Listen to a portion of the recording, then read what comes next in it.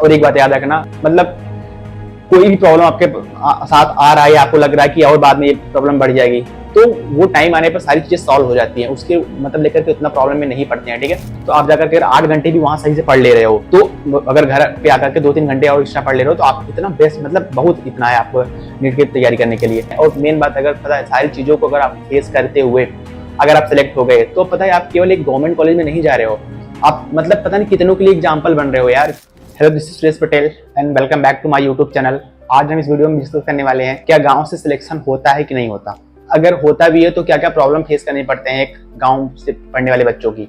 तो शुरू करते हैं। तो जो मेन प्रॉब्लम आता है सबसे पहले वो ये आता है कि उनका बेसिक ही सही से नहीं बन पाता, क्योंकि मोस्ट ऑफ द बच्चे, मुझे लगता है कि अभी मैं अगर अपने गांव की सिचुएशन बताऊं तो कुछ बच्चों को जो 4-5 बच्चे अच्छे घर से हैं, बाकी सारे बच्चे गांव के सरकारी स्कूल में पढ़ते हैं, और इसी से उनका अच्छे से बेसिक बन नहीं पाता।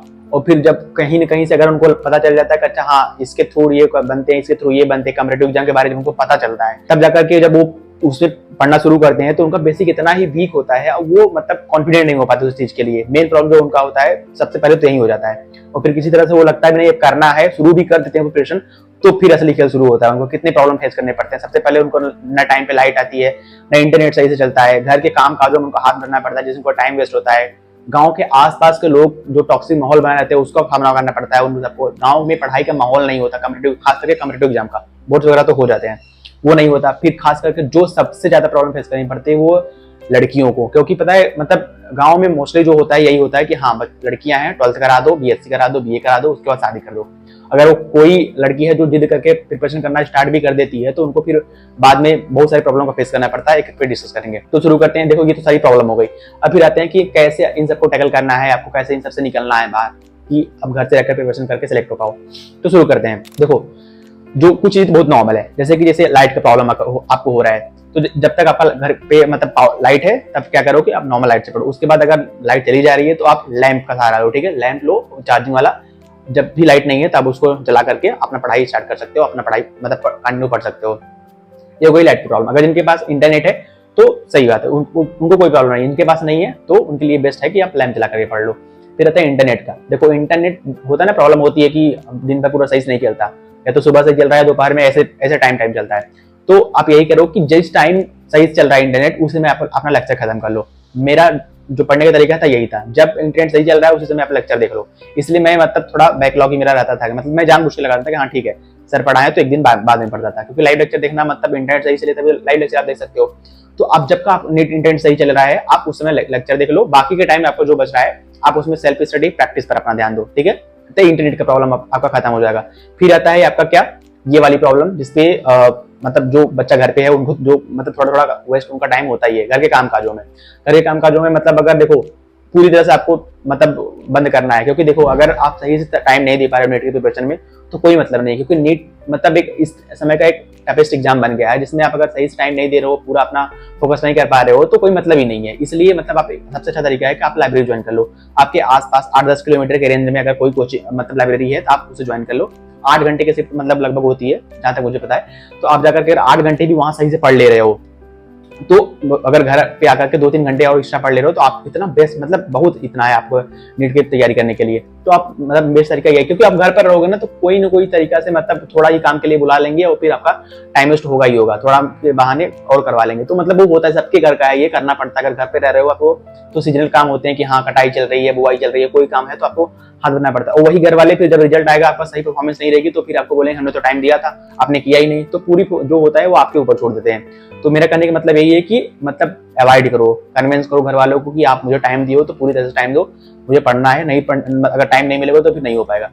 तो मतलब आप कन्विंस करना आपके ऊपर है। तो बेस्ट तरीका यही है कि आप लाइब्रेरी ज्वाइन कर लो। लाइब्रेरी ज्वाइन कर लोगे तो आप इन सबसे आपको छुटकारा मिल जाएगा। फिर आते हैं आसपास के लोगों पर, रिश्तेदारों पर, वो टॉक्सिक माहौल वाली बातें पे।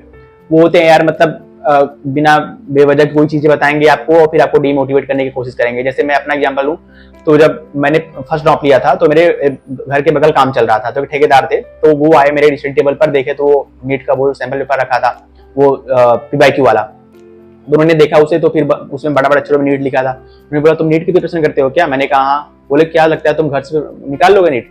मैंने कहा इसलिए तो कर रहा हूँ अंकल जी। उन्होंने बोला अपने भतीजे का एग्जाम्पल दिया कि वो बाहर गया, 5 साल तैयारी किया, उसका नहीं हुआ, तुमको क्या लगता है तुम घर से निकाल लोगे? बाहर वाले बैगन भूज रहे हैं। तो मैंने कहा अंकल जी देखिए हम कर तो रहे हैं, अब होगा कि नहीं होगा वो बाद में देखा जाएगा। तो उन्होंने बहुत समझाया कि हाँ मतलब घर से नहीं होगा बेटा, इससे चक्करों मत पड़ो ऐसा वैसा। लेकिन मुझे पता था कि अगर मुझे करना है तो यहीं से करना है, बाहर से तो मेरी औकात है नहीं। तो फिर मतलब जस्ट इग्नोर करो। अब देखो उनको जवाब देना, उसमें मेरे पास जवाब नहीं था तो उसमें चुप रहो, लेकिन जब आपको जवाब देना है अपने रिजल्ट से दो। तो इसलिए जो भी ऐसे लोग आपको मिलते हैं बस सुन लो उनका, वो जो कह रहे हैं आप सुन लो। बेस्ट जब आप टाइम आएगा तो आप उनको खुद रिप्लाई मिल जाएगा, तो आप रिजल्ट से रिप्लाई दो, उन्हें कुछ मत कहो, ठीक है। वो होते ही हैं, वो उनका काम ही है कि हाँ वो आपका चुगली करना वो करना, तो उनको ज्यादा मायने मत रखो आप।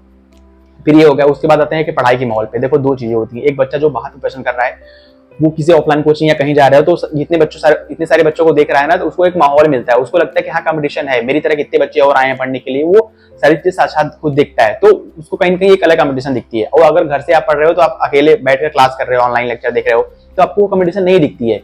आप टेस्ट देते हो तो उसी समय आपको दिखती है कि अच्छा मेरी रैंक इतनी है, मेरे से इतने बच्चे आगे हैं, लेकिन वो हर समय वो देख रहा होता है। तो मतलब जो इसको टैकल करने का सबसे अच्छा तरीका है कि आप खुद से लड़ाई करो, मतलब आप खुद में बेस्ट बनने की कोशिश करो। कैसे बनोगे? जैसे मान लो आप टेस्ट दे रहे हो तो आप जितना मार्क्स आ रहा है आप अगले टेस्ट में आप टारगेट रखो कि उससे ज्यादा ही लाना है। जैसे इस बार आपके 550 मार्क्स आए तो आप कोशिश करो कि अगले टेस्ट में आपको 20 नंबर 30 नंबर बढ़ाकर लाने हैं, मतलब 570 580 लाने हैं। अगर आप लगातार ऐसे करते रहो, खुद से फाइट करते रहोगे तो कंटिन्यूअसली आपकी प्रिपरेशन अच्छी होती रहेगी। आप वो वाला मतलब चीज तो ला नहीं सकते घर पे कि हाँ कई बच्चे हैं, आप उसमें कंपटीशन अपने खुद को देख रहे हो, तो खुद से फाइट करना सीखो, बेस्ट तरीका है ये। फिर उसके बाद आते हैं लास्ट पे, जो लड़कियों के साथ होता है कि उनको जो मतलब पेरेंट्स उनके बताते हैं कि हाँ अब आपका ये लास्ट ड्रॉप है, इसके बाद आपका नहीं हुआ तो हम आपका शादी करवा देंगे या फिर छुड़वा देंगे नीट।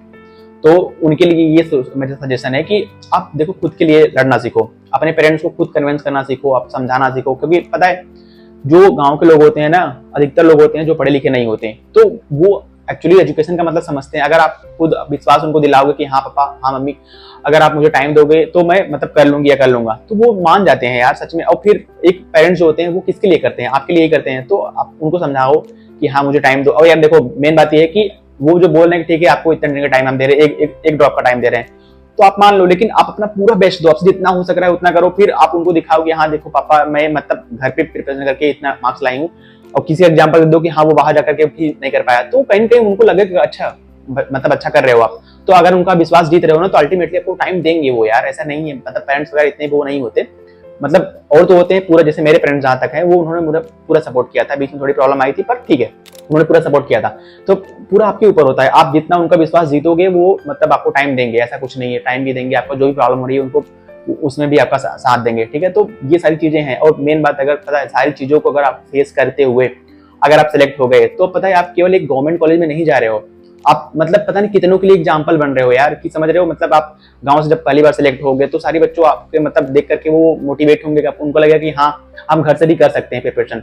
पता है हर साल जितनी मेडिकल की सीटें हैं सारी सीटें भरती हैं, लेकिन सब तो एग्जाम्पल लाइक नहीं बनते इसी का ना कि हाँ कोई किसी को देखकर उतना ज्यादा मोटिवेट होता है। क्योंकि ये सारी चीजें जो होती है जो डिफिकल्ट परिस्थितियों में होकर सिलेक्ट होता है वो एग्जाम्पल्स बनते हैं यार ना। तो आप यही करो कि कंटिन्यूअसली मेहनत करो, ये मत देखना कि हाँ यार कि आपके पास कितने प्रॉब्लम्स है, आप घर पर हो घर से प्रिपरेशन कर रहे हो और कोई बाहर से प्रिपरेशन कर रहा है तो आपका नहीं होगा उसका होगा, ऐसा कुछ नहीं है। जो चीजें डिपेंड करती हैं वो है आपके हार्ड वर्क, स्मार्ट वर्क, आपके प्रैक्टिस और आपके डेडिकेशन पे।